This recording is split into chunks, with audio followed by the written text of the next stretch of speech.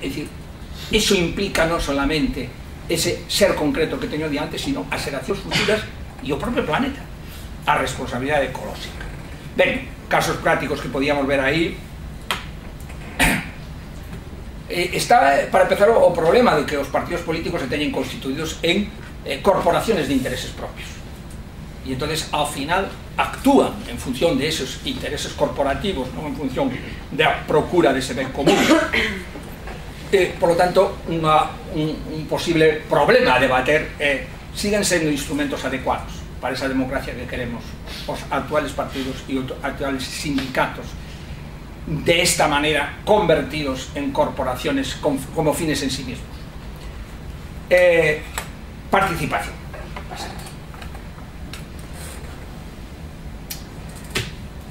Non se pode falar dun diálogo democrático se o conxunto da cidadanía non participativamente nas distintas etapas da toma de decisións políticas, non simplemente poñendo un voto. Isto implica, por suposto, non solamente a elección de representantes, que podemos discutir se é a mellor forma, estábamos falando antes dos partidos e do sistema actual de representación, sino tamén a elección da senda política. Que é o que realmente nos preocupa e do que debemos falar? Porque un dos problemas que hai é que precisamente a senda política está secuestrada hoxe polos propios partidos políticos e só se fala do que os partidos políticos deciden nas súas circulares de prensa que fan chegar aos periódicos e non do que pode ser as auténticas preocupacións da cidadanía, de tal maneira que a cidadanía se fai protagonista, pues, como decíamos antes, cando alguén se suicida, non? Construcción dos argumentos. A cidadanía debe capacitarse para argumentar ben e participar na argumentación, participar na deliberación, debe haber espazos de participación deliberativa e no acordo tamén, finalmente, non? En todas as fases. Claro, para conseguir esa democracia participativa necesitamos crear desde abaixo redes sociais activas, que eu creo que é unha das cosas que adoece o Estado español dende hai moito tempo. E desde arriba, a propia corresponsabilidade do Estado en favorecer esas redes sociais e non como actúa generalmente agora como atranco para as redes sociais. O Estado debe favorecer, debe crear elementos que impliquen aos ciudadanos e non atrancos para que se impliquen. E por último, a transparencia. Unha das primeiras cousas que fixo Rajoy e da que xa deixou de presumir, pouco presumiu, foi unha lei de transparencia, pero irá a lei de transparencia. Veredes que as excepcións á transparencia eu diría que ocupa máis espacio que a fundamentación da transparencia. Unha auténtica transparencia fundamental para que os ciudadanos estemos informados de realmente que son, como se toman as decisiones, por qué, en todos os momentos, ¿no?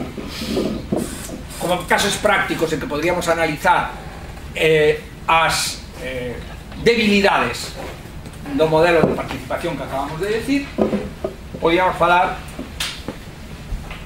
o problema extremo que en este momento estamos vivindo, que é o problema de legitimidade democrática, ¿no? É dicir, ao final a legitimidade do Estado democrático capitalista clásico, o Estado democrático liberal, é que funcione. Pero claro, en un momento que non funciona, como pasa ahora con a crisis económica, entonces se poñen visibles, se fan visibles as debilidades profundas de ese modelo, non? É dicir, que nos obligan a preguntarnos: podemos seguir dicindo que é legítimo unha acción gobernamental simplemente porque cumpriu os procedimentos de elección que lle permitiu acceder ao poder cando foi elixida en base a un programa que logo non cumple en absoluto? Os cidadáns están obrigados, como se escoitan voces que o din, a calar porque teñen a maioría absoluta e non recordar que hai unha pérdida importante de legitimidade. Eu te votei por isto e ti estás falando isto outro. E claro, isto vale tanto para o goberno socialista como para o goberno actual, non? Por lo tanto, eu diría que realmente en boa lógica democrática según o que estamos seguindo, non se pode exixir acatar as decisións democráticas a un goberno que se deslegitima cando incumpre aquelo polo que foi elegido. E habería que mirar que posibilidades legais e eventualmente extralegais hai de que a vontade popular poda exercer esa reclamación a esos grupos políticos que están perdendo a legitimidade, non? Isto é unha cuestión que podíamos analizar, non? Bueno, e que, como vou a volver sobre ela na última diapo, pois deixo aí marcada, non? É dicir, que posibilidades legais hai da intervención popular para modificar decisiones deste tipo, non? Diríamos, de que a palabra parece moi gorda, traizóns a lógica democrática por parte dos partidos que son elegidos en base a programas que logo non cumplen, non? E agora ven este aspecto que sin dúbida é aspecto controvertido, non? É dicir, que realmente se requiere unha comunidade de valores, é dicir, contra esa idea de que a idea típicamente liberal dice cada quen se busca a vida, cada quen pensa o que quere, cada quen valora o que quere, e logo, bueno, discutimos e a maioría sale, no, así as sociedades non funcionan como sociedades. O corpo social se reduce pois ao que moitos sociólogos e investigadores están advertindo que pasa no propio, por exemplo, nos Estados Unidos, que é o calor del cultivo e máis extremado deste modelo liberal, non? É dicir, cando falamos de familias desestructuradas, os sociólogos están falando da desestructuración social dos Estados Unidos. Realmente, hai, en Estados Unidos, hai estadísticas que falan de que hai un terceiro mundo dentro dos Estados Unidos. Hai millóns de personas por debaixo do índice da pobreza en Estados Unidos. E ninguén se ocupa deles, porque se trata de que cada quen se busca vida. Ese é o modelo liberal radical, non? Ben, non. Se necesita unha comunidade de valores que nos faga sentirnos a todos partícipes dunha vida social común, non? E isto quere decir que o ser humano é o eixo de toda a concepción ética, nunca pode ser un instrumento, nunca pode ser un medio. O ser humano, todo ser humano é un fin en sí mesmo. Esta, dende Kant, non debería ninguén dubidar de eso, non? E iso é o principio que vai acompañado da autonomía. É dicir, por que a democracia é o réxime superior? E solo por isto pode ser o réxime superior, porque a democracia significa que os ciudadanos son tratados como personas adultas e que por lo tanto son autolegisladores, é dicir, son seres autónomos que deciden o que máis lle convenga a eles. Xa o vimos, o deciden en unha argumentación racional, deliberativa, participativa, todo eso é necesario, pero evidentemente a legislación ten que nacer deles. Claro, nace deles, como vimos antes, cando realmente os representantes son escollidos en función de criterios que logo non incumplen. Hai unha pérdida de legitimidade importante que os ciudadanos teñen dereito a reclamar. O concepto de tolerancia, entendido non simplemente como, diríamos, tolerar no sentido de, bueno, eu te perdono a tua opinión, a miña opinión é verdadeira, pero eu te perdono a opinión, non.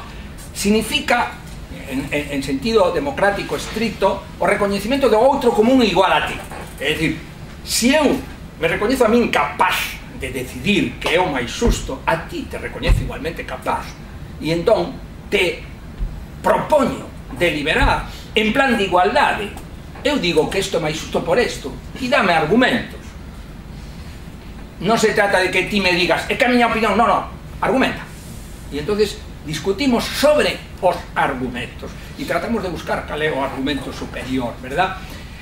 A responsabilidade, evidentemente o cidadano non pode ser só suxeito de dereitos, é suxeito de deberes. Isto demasiadas veces tamén se esquece. Non hai dereitos sin deberes. E por último, a autoestima.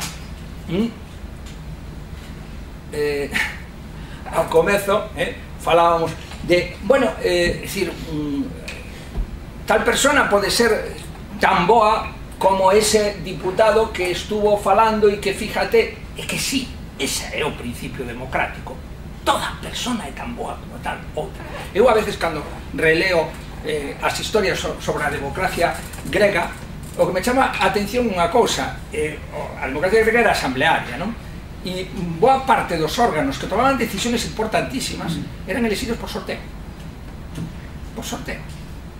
E entonces se discutía, oye, que ao mellor sale un tipo que non sabe nada, sale un borracho.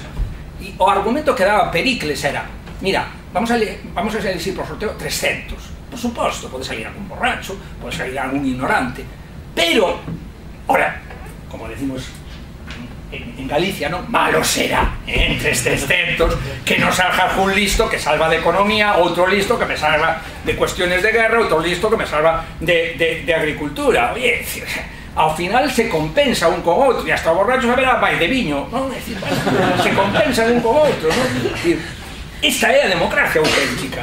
A democracia é recoñecer que efectivamente non hai ninguén superior. E se somos unha democracia de ignorantes, entón, bueno, teremos o que nos merecemos como democracia de ignorantes.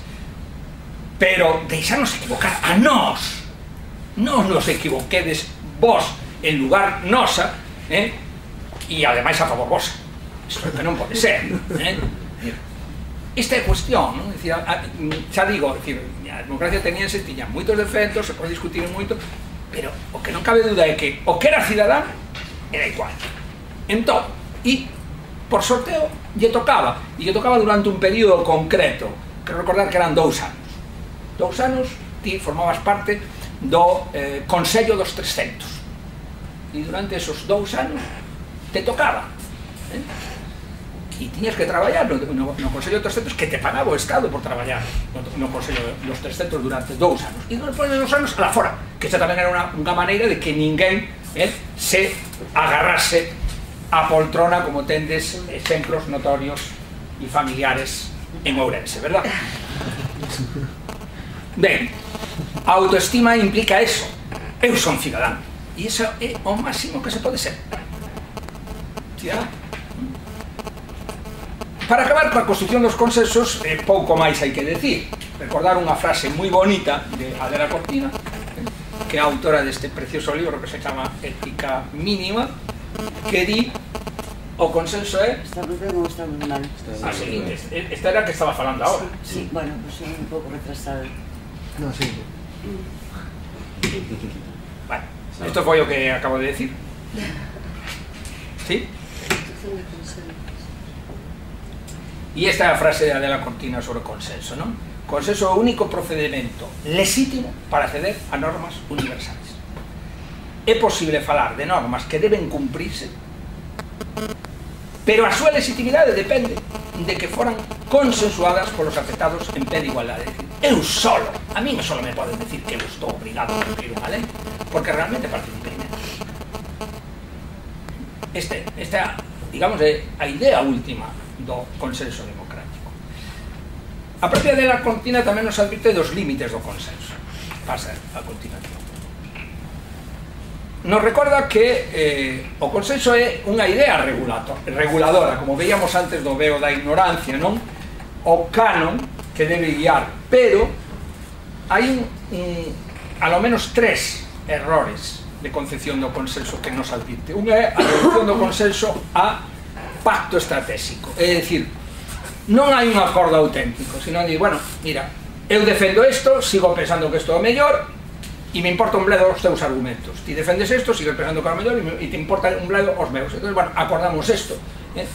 E na próxima vez que te encontres na esquina, se te podo meter un coitelo, te meto. Así non funcionan as sociedades. Pero así é como habitualmente se fan os pactos. Son pactos estratégicos para gañar tempo, no momento en que non podo impoñerme ao outro.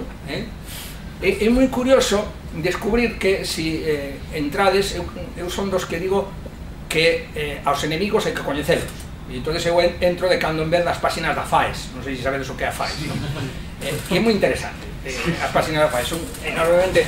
Entón, últimamente están recuperando a un ideólogo que na dereita durante moitos anos ninguén se atrevía a recuperar, salvo Manuel Fraga, que era moi amigo del.